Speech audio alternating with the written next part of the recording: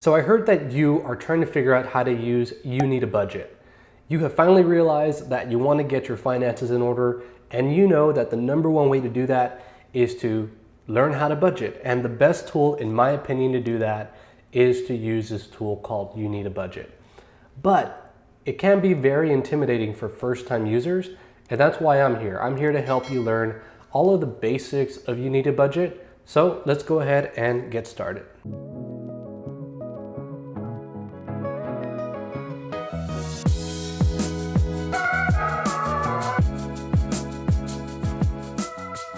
All right, so I have a brand new budget that I just pulled up here. When you need a budget, you're gonna not see anything here, and you're gonna have to create a new budget. As you can see, when I open up all of my budgets, I have one as a demo account that I'm showing you here. I have one for my business and for my wife's business. So as you can see, I spend a lot of time budgeting because I do think it is incredibly important. And the more and more that I've learned about You Need a Budget and all of the tips and tricks, the more I really enjoy using the tool. So that's why I'm here to help you. If you have any questions about You Need a Budget, feel free to leave them in the comments section below.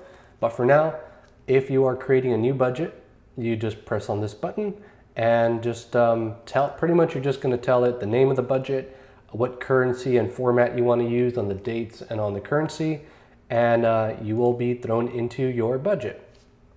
Now, when you create your first budget, you're gonna have a couple of groups that I personally feel don't accurately represent the categories within those groups.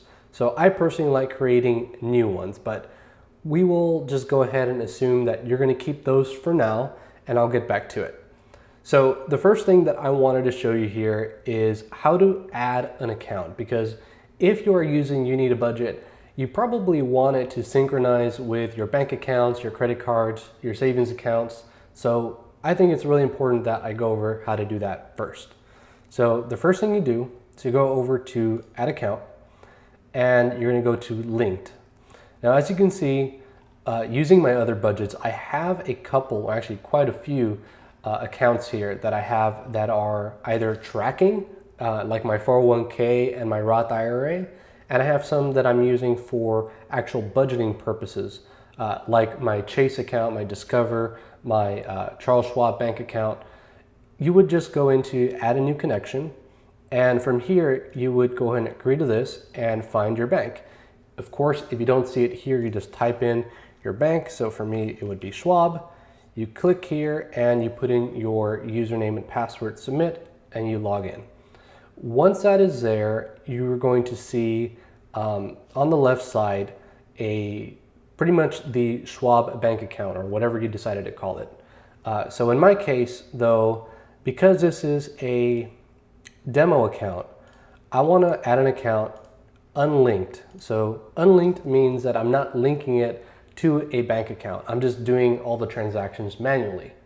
Now, some people in the YNAB community I don't really understand this personally, but they say that when you start off, you should have an unlinked account and manually do all of your transactions by hand. I think this is too much work, and people usually give up unless you're extremely nerdy and have a lot of time on your hands. For me, I prefer linking accounts, but for this demo, I'm going to show you guys an unlinked account. That way I don't have to tie things and show my personal transactions to everybody on the internet. All right, so it's going to ask me first here whether this is a checking account or savings account. I'm going to go ahead and call this checking, and I will say primary checking. And let's just say I have $5,000 as my current account balance. I'm just going to hit next and OK. So now you see over here on the left-hand side, we have primary checking with $5,000 balance. Now, what you're going to notice here as well is if I go back to budget, if you didn't notice previously, there was a 0 in this to be budgeted category. Now, this to be budgeted is extremely important because YNAB functions in real time. So it actually tells you how much money you have left to be budgeted to all of your categories. So don't think that it's like an other tool. I actually talked about this tool in one of my last videos where you just kind of figure out how much money is going to come in and how much you're going to allocate ahead of time. This is actually functioning with real-time money. So if you don't have the money in the bank, you won't be able to budget it, which makes a lot of sense. And it actually allows me to be very responsible with my credit cards and pretty much use them as if I'm spending directly out of my debit card. So this is really important to understand. When you add accounts and there's money in there, that's going to be added to the to be budgeted category. So if I click on the account here on the bottom left, you're going to see starting balance with a category of inflow to be budgeted. So this is done automatically. This tells me here whether it's an inflow or an outflow. Inflow means it's money coming into the budget, meaning it's probably some kind of income, and an outflow would be an expense. So if you're making a credit card payment, if you are paying for any of your expenses like dining out or groceries, that would be considered an outflow. Now, again, if you're using a account where you're linked, it'll automatically know whether it's in or out based on your bank statements. Now, you'll see on the right this little clear button. This is something that you do have to worry about every now and then. Essentially, as it says here, is the bank knows about this transaction, so it's cleared. So sometimes when you make transfers or when you make a payment, the bank doesn't clear it until maybe, if it's something that happened on Friday, it probably won't clear until Monday or even Tuesday with the bank. So this allows you to, in real time, be able to figure out what they call a cleared balance, an uncleared balance, and a working balance, which is up here on where I have my mouse cursor. If I were to click on the clear, and notice how it's gray now, it means that this $5,000 has not cleared to the bank yet. But because it's there, I'm going to go ahead and hit that clear button, and you notice now that the working balance is $5,000, which is what we want. Typically, at the end of the month, at the end of the week, you want to be able to go here and clear out everything that hasn't been cleared already. And you can do that by clicking that clear button. So I wanted to talk about that really quick. I'm going to go ahead and add another account. I'm going to add a savings account, and let's just call it just savings. And let's just say we have $0 in our savings account because we are just barely getting our shit together and we're trying to figure things out.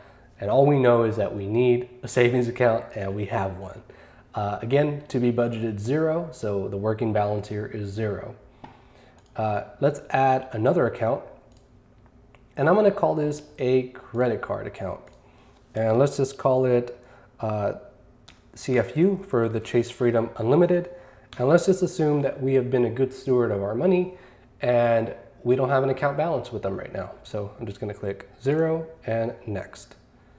I'm going to go back to the budget. And if you notice, there's something different about this screen that wasn't there before.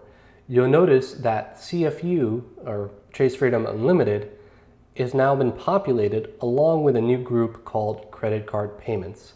Now that's done completely and automatically by YNAB budget because they have a very cool and unique way of tracking credit card expenditures. But I'll get to that in a second. So now let's go and start talking about the actual budgeting. Now we have $5,000 in our to be budgeted category. How do we move that into actual things that we spend on a day-to-day basis? So I like to categorize my expenses into two different primary categories. The first one being fixed expenses. These are things that are absolutely bare bones. If an emergency struck or I lost my job or something like that, these are the expenses that I would consider to be absolutely essential. I cannot miss them. I have to be able to do this. If I was in an emergency fund situation, this is what I would consider to be a bare bones budget, right? So this would be things like, of course, your mortgage like I have here, electric, utilities, life insurance, very basic subscriptions. So if you have like a Netflix account, you may consider that to be a fixed expense. You might want to cut the cable or cut the Netflix subscription. That's up to you. Gasoline, groceries, and HOA. Those are the things that I have here. And in order to add a category, you're going to see this add category group. And this is where I went in and inputted fixed expenses. That's where I inputted investing, savings, and guilt-free expenses. And then within each of these categories, all you got to do is click on this plus button and you will have a new category. So I'm just going to call this new cat as new category, and you'll see that now we have a category there under this group. I'm going to, of course, remove that. I do that by right-clicking, remove. You can also edit or hide. I'm just going to delete it. Now you'll notice here that I have a very specific format that I like to follow. And that's because it just makes things a lot easier, and it allows me to prioritize things based on how soon that bill comes in at the beginning of the month. So I have my mortgage, which for me comes in on the 1st, probably does for you as well. And I have $1,500 on the 1st, and I have that at the very top. If I needed to adjust it, let's say it came in on the 15th, I can adjust it and move it to wherever is necessary, but I'm gonna leave that on top for now. So these are fluid and can move wherever you'd like. I do the same thing for everything that has a specific date, like cell phone, car insurance, all that stuff comes in at a specific date. And it also lets me know exactly how much money I need to budget in that category. So $1,500 on the 1st. So I want you to keep an eye on this one real quick, because notice we have $5,000 in to be budgeted. $1,500 is going to go towards the budgeted category under mortgage. I'm going to hit enter, and you'll notice now that two things changed. Of course, we have added $1,500 to be budgeted for the mortgage. That lets me know that I have $1,500 available and allocated to this category. But it also removes $1,500 from my to be budgeted, because obviously I am now giving that dollar a name, or $1,500 a name. And so I do the same thing for the other categories. Every time I do this, notice my to be budgeted goes down by that amount, right? So I'm going to do this for all of these categories, and effectively you'll notice that this is what the budgeting practice does. So we've already addressed how this affects two of the columns, the budgeted column and the available column. But what about the activity column? Well, as the name implies, this is actually what happens when transactions start coming in and you start categorizing those transactions into each of those categories. So let's just say your bank you have your bank set up to automatically draft for your mortgage. That transaction comes in, that activity is going to show up here in the activities column. But for now, we'll table that for a little bit later. So we have the gas here. Gas is typically a variable expense, but I can usually estimate it. It doesn't all come in all at once, so that's why I don't have a date on it. Let's just call it $100, because we're in quarantine, and we're not in quarantine, but we pretty much work from home and we're not going anywhere. So we're really not spending a whole lot on gas. We are, however, between my wife and I, spending $400, maybe even $500 on groceries every month. So let me go and up that here. And our HOA fee is something that we sort of save up for every single month. We have to pay for at the beginning of the year, and that is $30, so I just leave that there. So now I have my guilt-free expenses. Pretty much the same story, except for these are things that I feel could actually go away. If it was an emergency situation, I could do without dining, entertainment, travel, things of that sort. The same idea happens here, where you can start saying, okay, well, I'm gonna do $400 in dining because we have this extra money to be budgeted. I'm gonna go ahead and do $100 to entertainment. We're not traveling anywhere again because of COVID. We're gonna do some online shopping here. My wife likes to buy clothing, so let's give her $100. I like to buy electronics, so let's give myself $100. Let's just say giving. Giving is sort of spontaneous giving. So if somebody needs help, if a family member needs help, if we want to give money to somebody in need, this is pretty much what our giving does. Our gifts is sort of like for Christmas, for birthdays, things of that sort, graduations. Those things are always coming up pretty much every month, so you may as well plan for them. Home decor, wife and I, we just bought a home recently, so we're spending a considerable amount of money every month towards decorating the house. So, and then medical, for anything that comes up, having to go to the doctor, we put about 50 bucks in there. You can tailor this however you'd like. And of course, there are certain things that you could, let's just say that you had certain subscriptions. So let's say Xbox Live. Let's just say you're a gamer and you like to spend money on Xbox Live every month. You can put that as a line item, and you can even adopt this whole, if it's $20 a month, you can say it's $20 on the 15th or whatever day it is, and adapt that up here. I usually don't do that for the guilt-free expenses, but you can obviously do that if that's something that you think is useful. Now, you'll notice further up, I have investing and savings, and I have them at the top for a reason. And that's because it reminds me that I always want to pay myself first. Now, if you're in debt, you obviously want to get out of debt, especially if it's credit card debt or very high interest rate debt. But right now, my wife and I are in the position where we are investing monthly to our Roth IRAs, to our 401k. Now, our Roth IRAs are after tax, so we get the money and then we have to automatically transfer to our Roth IRA accounts. Let's just say that was $500. I'm going to go ahead and do that here. Taxable account, we don't do anything on that right now. And let's just say that we're saving up for a car, and let's say we're saving up pretty aggressively. Let's just call it $500 a month because we want to pay cash for a car eventually. And home repair, let's just say we're saving up for a home repair. Let's call it $125. And there you go. You'll notice now that the to-be budget amount is $0. Now, what would have happened if I would have given it $130? You would notice now to-be budgeted is negative.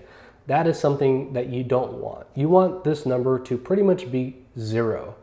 And in order to fix this, obviously, I need to scale this back to 125, and we should be good. Now, what happens in the event, let's just say we didn't have a car fund because we just bought a car. What can you do if you have $500 extra?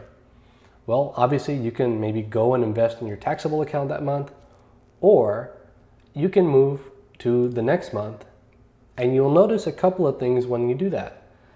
Everything on the activity and budgeted column completely clears, but you'll notice that all the money that wasn't used the previous month rolls over. So that's a really, really neat feature from You Need a Budget.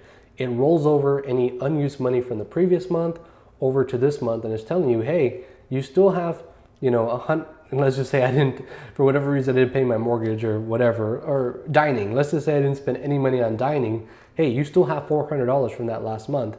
And that gives me the ability to say, hey, maybe I don't want to spend any money on dining this month, or I don't want to allocate any money there, then I don't want to do that. But let's say we wanted to get ahead here on, let's say, our mortgage. We can allocate the $500 that we had left from last month and allocate it all the way to September. So that is a pretty sweet feature that I think is really worth calling out here. But I'm going to go back to August, since that's where we're at right now. And we got our budget ready. Now let's deal with the transactions. So we go over to our primary checking account. And let's say that we have a transaction. Here is where things are going to be a little bit different. When you see transactions come in, when you have a linked account, you'll be notified here by a little dot that appears here.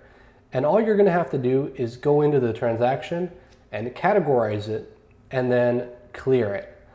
Because I am using an unlinked account, I'll have to add the transaction manually.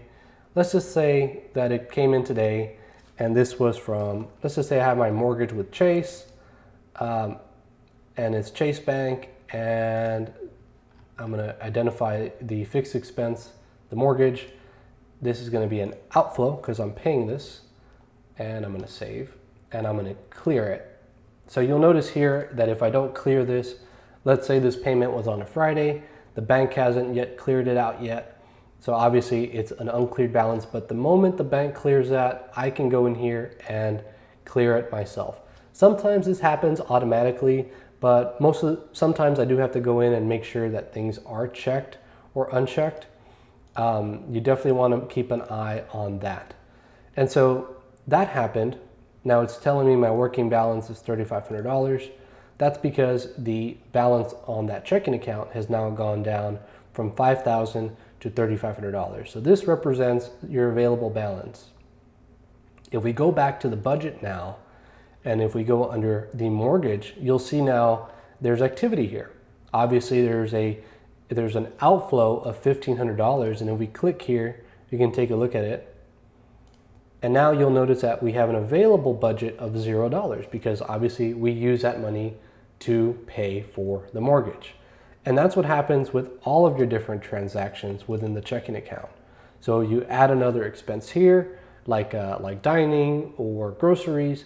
The same thing is going to happen. It's just going to go straight to the budget, mark it as an activity, and remove that from the available budget. So for instance, if I did a quick transaction, and let's call it McDonald's, and this, you'll notice something, it's automatically categorizing this for me. That's because I tried shooting this video before and I had these examples. There was an issue with the audio, but it automatically knows what payee relates to what category. So it saves a lot of time, and it's even quicker if you have an account that is linked with your bank, because all you would have to do is come in here and just hit an approve button and you're good to go.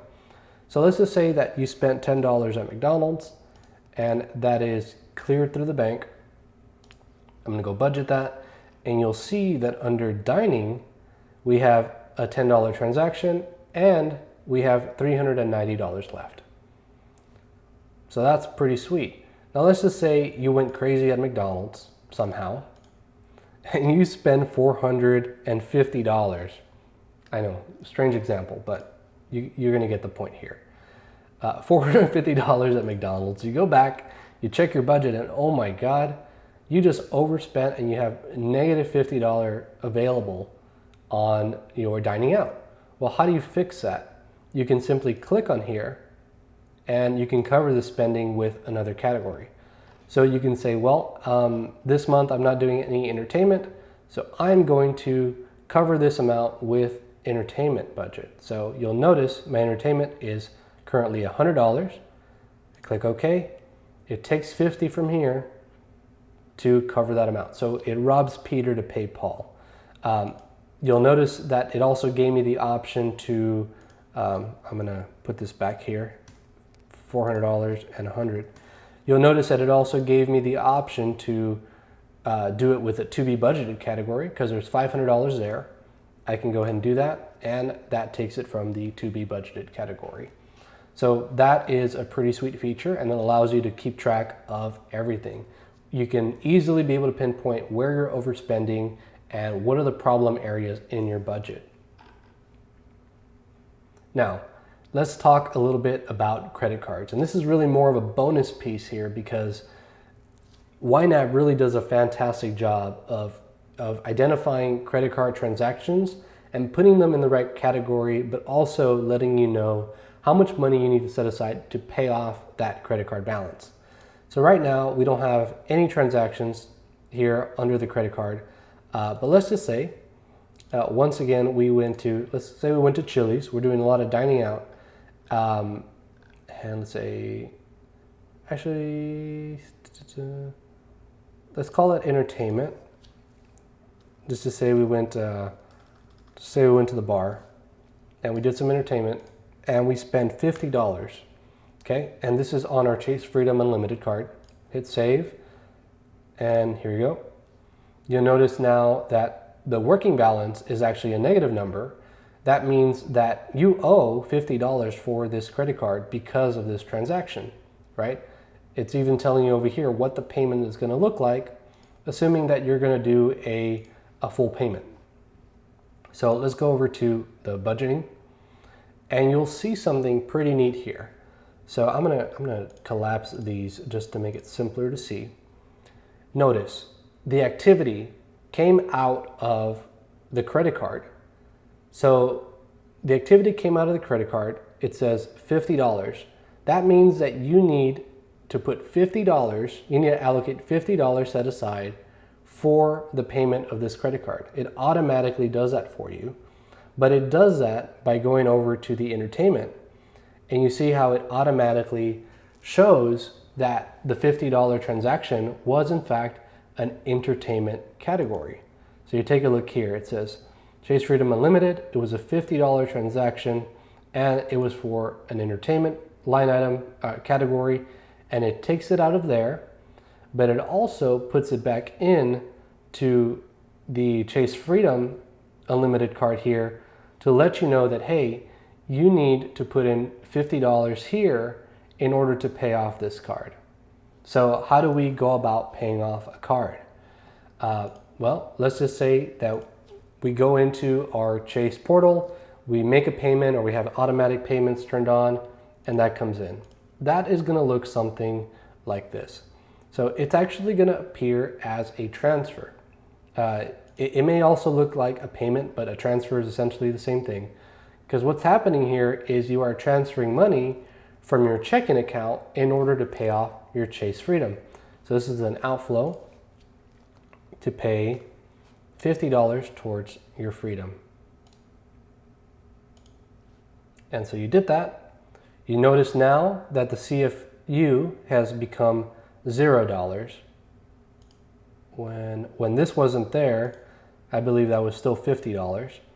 And then you go back to your budget, you'll notice now that the credit card now has a zero activity and you no longer have a payment here. So that is a really neat feature within YNAB that really allows you to understand whether or not you actually have money to pay back your credit, and it allows you to be able to keep all of your categories completely in control and accurate no matter what credit card you're using. So that is a really neat feature, and it's part of the reason why I highly recommend you need a budget. So one of the last things that I wanted to cover here was this idea of reconciling. So reconciliation is essentially saying that everything looks good in the account. So usually what happens is I do the budget for the next month at the end of the month, right after I reconcile that month. So right now it's the 27th of August, probably on the 31st or on the 30th of August, I'm gonna come in here and look at my accounts and see if I can reconcile. So what reconciliation means is I'm gonna come here and make sure that this balance that I see here, $3,000, actually matches the amount of available funds in my bank account. And I do that for everything. And then I just come in, hit the reconcile button, and if this is my current account balance, all I do is hit yes. And what that does is it filters out all of those, but what it's actually doing, if I show all, it is locking up all of those transactions to say pretty much you have confirmed that that all of this was accurate. So you might be asking, what happens if I go in and reconcile and I check my current account balance and it's not $3,000? Well, all you got to do is hit no, and let's just say it's $350. You hit OK, and it's going to say there's a $50 difference. Do you want to just create an adjustment and finish, or do you want to go back into your account and figure out what happened? Sometimes you may have to go in and clear something that hadn't been cleared in one of your accounts. If you can't figure it out, I wouldn't sweat it if it's not that much money relative to what you have. Just create an adjustment and finish. So guys, that is pretty much a overview of sort of the basics of You Need a Budget, plus a little bit extra when it comes to reconciliation and credit cards. I really hope that this video was useful for you, for all of you budgeters out there, and for people who want to go out there and win with money. Hope you guys have a great day and take care.